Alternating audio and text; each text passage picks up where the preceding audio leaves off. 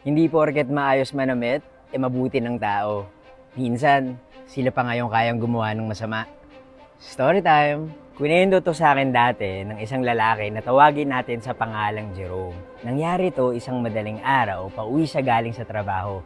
Sa sobra niyang pagod, sumakay na siya ng taxi pauwi. Hindi niya makalimutan yung kwento ng driver nung nasakyan niyang taxi. Sabi ni Manong na naalala daw niya yung minsan na na-hold up siya. Ito yung mga panahon na uso pa yung hold-upan sa taxi. Buti na lang ngayon wala na. Or at least wala na ako nababalitaan. Ako nga pala si Buji at mahilig ako mag-story time. Kung di nyo pa ako pina-follow follow nyo na ako. May sumakay daw sa taxi niya isang madaling araw. Naka-leather shoes at polo shirt. Parang galing sa opisina. Kinontrata siya papunta sa Cavite. Malaki yung sinabing presyo kaya pumayag na siya. Tiwala naman yung driver kasi maayos siya manamit.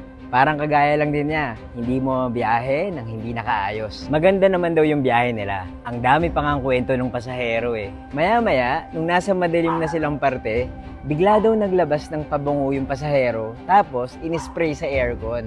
Napansin niya na biglang may binunot sa bulsa yung pasahero. Parang armas daw tapos biglang sabi, "Hold up to, pasensya na pera-pera lang to." Kwento ng driver na kinuha lahat ng pera niya. Pati yung taxi, tinangay. Pinababa siya sa isang madilim na parte ng kalsada. Sabi ni Jerome na ang haba raw ng kwento ng driver. Pero, tutok na tutok siya. Tapos, bigla niyang napansin na parang malayo na siya kung saan siya dapat bababa. Kaya nagtanong na si Jerome, "Kuya, parang malayo na ata to Biglang may binunot sa bulsa yung driver. Pabango. Tapos, spray niya sa aircon. Biglang sabi niya kay Jerome, "Pasensya na hold up to. Kailangan ko lang ng pera Yun pala, kinikwento niya kay Jerome kung paano siya hold upin. Nililibang niya yung lalaki para hindi mahalata yung masama niyang plano.